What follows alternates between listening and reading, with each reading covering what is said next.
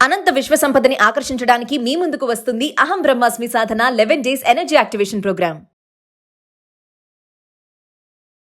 నమస్తే రమగారు. నమస్తే జయ. రమగారు, ఈ నెలలో రాఖీ పౌర్ణమి ఉంది. మరి పౌర్ణమి యొక్క విశిష్టత? శ్రావణ పౌర్ణమి చాలా విశేషమైన పౌర్ణమిగా చెప్పబడుతుంది. జంధ్యాల పౌర్ణమిగా చెప్తారు. పూర్వం నుంచి మన ప్రాంతపు ఆచారం ఏంటంటే ఈ రోజున ఎవరైతే జంధ్యం ధరిస్తారో, ఉపవీతాన్ని ధరిస్తారో వాళ్ళు యజ్ఞోపవీతాన్ని మార్చుకునే విధానం ముఖ్యమైనది ఇందులో ఒకటి. తర్వాత ఈ ముందు మనం ఉత్తరాయణ పుణ్యకాలం నుంచి మొదలుపెట్టి ఉపనయన క్రియలు నిర్వహించి ఉంటారు కొంతమంది బాలవటువులకి. ఎవరెవరు ఉపనయనం చేసుకున్నారో వాళ్ళకి శ్రావణ ఉపాకర్మ అని చేస్తారు. మళ్ళీ ఒక చిన్న యజ్ఞం అది చేసి దీనికి ఒక ప్రత్యేక మంత్ర విధానం ఏదో ఉంటుంది, వాళ్ళకి మాత్రమే పరిమితం. అది మన చిన్నప్పటి నుంచి మనకి క్యాలెండర్లో కూడా శ్రావణ ఉపాకర్మ అని రాయబడి ఉండేది. మా చిన్నప్పటి వెంకటరామ క్యాలెండర్లలో వాటిల్లో కనపడేది. అట్లాగే ఇప్పుడు కనిపించట్లేదు. ఇప్పుడు అంటే కొంచెం క్యాలెండర్లు చూడడం తగ్గించాం, ఇప్పుడు కూడా కనిపిస్తుంది. ఒకసారి క్యాలెండర్ చూద్దాం. ఏం రాశారో చూద్దాం. చూడండి. శ్రావణ ఉపాకర్మ నేను వెంకటరమణనే తెప్పించాను. వెంకటరామానే పట్టుకొస్తాం. వెంకటరామ.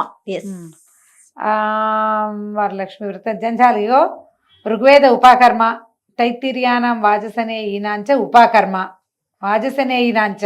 వాజసనుల కంటే అందరిది ఉపాకర్మ ఈ రోజే. వేరువేరు ఇవి ఉంటాయి గోత్రాలు, వీళ్ళకి ఏమంటారు తెగలు కొంచెం తేడా ఉన్న వాళ్ళు కూడా వేరువేరు ఏమనాలంటే వైదికులలో కొంచెం తేడా ఉంటుంది. కొంతమంది ఋగ్వేదం వాళ్ళు ఉంటారు. యజుశాఖ ఏ శాఖకి సంబంధించిన వాళ్ళైనా సరే ఇవాళే ఉందట. యజుశాఖ, కృష్ణ యజుశాఖ ఒకటి ఉంటుంది. తర్వాత ఋగ్శాఖ అని కూడా ఋగ్వేద శాఖ వాళ్ళు కూడా ఉంటారు. ఓకే. అన్ని శాఖలకి ఇంచుమించుగా వాళ్ళకు కూడా ఉపాకర్మ. హయగ్రీవోత్పత్తి, వికనస జయంతి, రాఖీ పౌర్ణమి ఇన్ని రాశారు. జంధ్యాల పౌర్ణమికి ఈ రోజున హయగ్రీవ జయంతి కూడా చెప్పబడుతుంది. దాని మీద చెప్తాం చూడు. ఈ ఉపాకర్మ చేసుకునే విధానం ఒకటైతే మామూలు వాళ్ళందరూ జంధ్యాలు మార్చుకుంటారు. తర్వాత ఈ రోజున హయగ్రీవుడు అంటే ఈ హయగ్రీవ అవతారం ఎవరు? విష్ణుమూర్తి మనకి ప్రఖ్యాతంగా చెప్పబడే దశావతారాలు కాకుండా ఆయన మొత్తం 21 అవతారాలుగా చెప్తారు. అందులో కపిల మహర్షి ఒక అవతారం అంటారు. ఈయన మన హయగ్రీవులు ఒక అవతారం.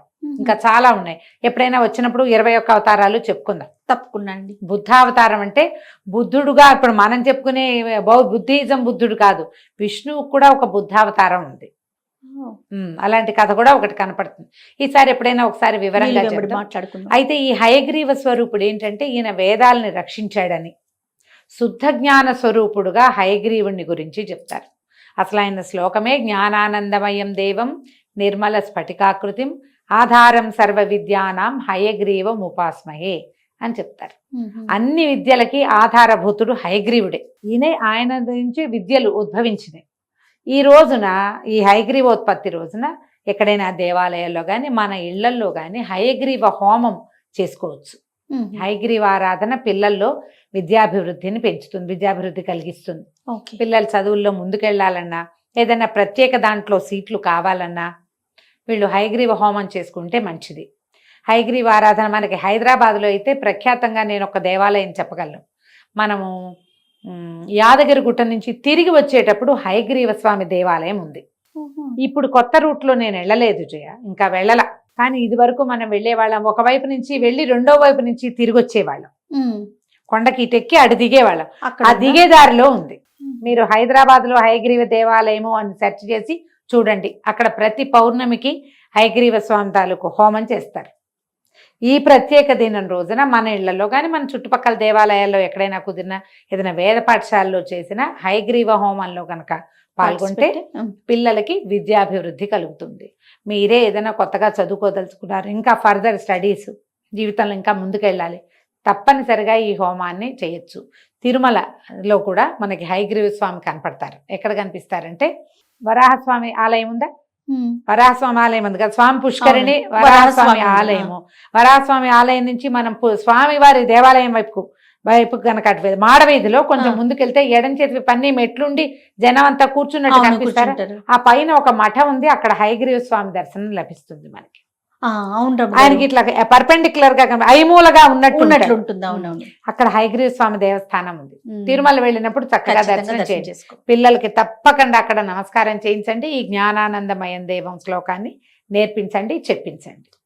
అయితే ఇప్పుడు ఇవన్నీ కూడా మనం ఏంటి పూర్వం నుంచి మన దగ్గర వస్తున్నటువంటి ఆరాధన విశేషాలు. విఖనస మహాముని చెప్తున్నారు కదా, విఖనస జన్మదినం కూడా ఇదే. ఈయనెవరు? వైఖానస ఆగమాన్ని రాసిన ఆయన.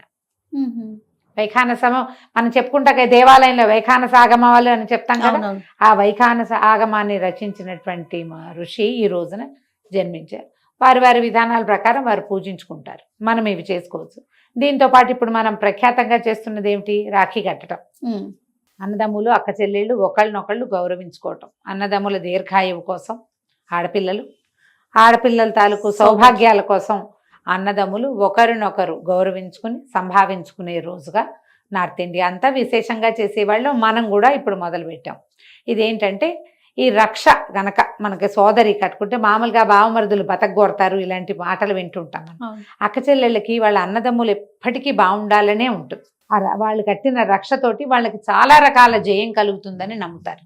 సంవత్సరం అంతా మనం అవంతా చేయలేం కాబట్టి ఈ ప్రత్యేక దినం రోజున మనం హిందీ సినిమాల నుంచి నేర్చుకున్నప్పటికీ మంచి విషయం మంచి కాబట్టి. విషయం కాబట్టి అన్నదమ్ములకి అక్క చెల్లెళ్ళకి చక్కగా రాఖీలు కట్టుకోవటం, ఒకళ్ళనొకళ్ళు గౌరవించుకోవటం, సంభావించుకోవటం, ఏదైనా బహుమతులు ఇవ్వటం, పెద్దవాళ్ళు అయితే చిన్నవాళ్ళని ఆశీర్వదించడం, నూరు తీపి చేసుకుని అన్నదమ్ములు అక్క చెల్లెళ్ళు మనం ఎప్పటికీ కలిసి ఉండాలని, ఎప్పటికీ కుటుంబ సంబంధాలు బాగుండాలని కదమ్మా. అంతే కదండి. అంతేగా దూరాన ఉన్న అన్నదమ్ములకి వీటిలలో పంపించటము, ఏమంటారు మన కొరియర్లోనో పోస్ట్లోనో పంపించటము, వాళ్ళు వీళ్ళకి బహుమతులు గూగుల్ పేలోనో ఫోన్ పేలోనో పంపించేసేయటము, గిఫ్ట్లు మనకి ఇంకా మంచి అవకాశం వచ్చింది కదా జయ. ఇదివరకు ఏదో మాటలతో చెప్పుకునేవాళ్ళం, ఇప్పుడు అన్నీ ఈజీగా ఫోన్లో పడేస్తే వెళ్ళిపోతాయి. అవును. సులువు కదా, అక్కడెక్కడ బుక్ చేస్తే ఇక్కడికి చేరిపోతుంది. ఏదో రకంగా మీ తాలూకు కుటుంబ బాంధవ్యాల్ని మనం కాపాడుకోవటమే ఇది, అంతకంటే రెండోది ఏం లేదు. సరే మన పద్ధతి అయినా కాకపోయినా పూర్వం నుంచి వచ్చిన పురాణ గాథల్లో కూడా ఇలాగా రక్షాబంధనం గురించిన కథలు ఉన్నాయి. మనకి చరిత్రలో కూడా పురుషోత్తముడి కథల్లో చెప్తుంటారనమాట. ఆవిడ రాఖీ కట్టిందని, ఆహా. ఆ కథలో రాఖీ పంపిస్తే చేతి కట్టుకుంది. ఆ భర్తని రాఖీ పంపించిన ఆవిడ భర్తని చంపే సమయానికి అది కనపడి ఆ అమ్మాయి అయ్యో ఆమె భర్తని నేనేం చేస్తానని చంపకుండా వదిలేశాడని ఇట్లాంటి కొన్ని కథనాలు చెప్తారు. నార్త్ ఇండియన్ కథలే అయినప్పటికీ కొన్ని కథలు అయితే ఖచ్చితంగా ఉన్నాయి.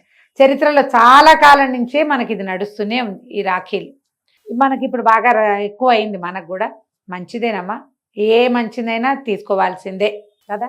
అంతేగా. కాబట్టి హయగ్రీవ ఆరాధన చేయండి. వీటితో పాటు ఇంకొక విశేషమైన ఆరాధన చెప్తాను జయ నేను. ఏ పౌర్ణమి నాడైనా సరే మనం అమ్మవారిని ఆరాధిస్తే విశేషమైన ఫలితం లభిస్తుంది. పొద్దున ఏదో హయగ్రీవ ఆరాధన కుదిరితే చేసుకోండి. మీ ఇంట్లో జంజాలు మార్చుకునే విధానం ఉంటే మగవాళ్ళు వాళ్ళ జంజాలు వాళ్ళు మార్చుకుంటారు. సాయంకాలం శుభ్రంగా స్నానం చేసు, మీ శక్తియుక్తులు బట్టి కాళ్ళు చేతులు మొహం కడుక్కుని శుభ్రంగా బట్టలు మార్చుకొని చక్కగా పాలు పోసి బెల్లం వేసి క్షీరాన్నం తయారు చేయండి. కొద్దిగా ఏదైనా ఒక వెండి పాత్రలో కానీ బంగారు పువ్వు వేసిన వెండి కంచంలో కానీ పోసుకొని ఎక్కడ చంద్రకిరణాలు పడతాయో అక్కడ కూర్చోండి. ఈ పాయస పాత్రను అక్కడ పెట్టుకోండి.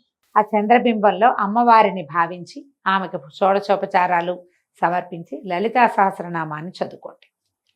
మీరు ఒక్కళ్ళే చదివినా మాకు ఓకే, మీరే మేము 3 సార్లు చదివేస్తామన్నా మరీ మంచిది.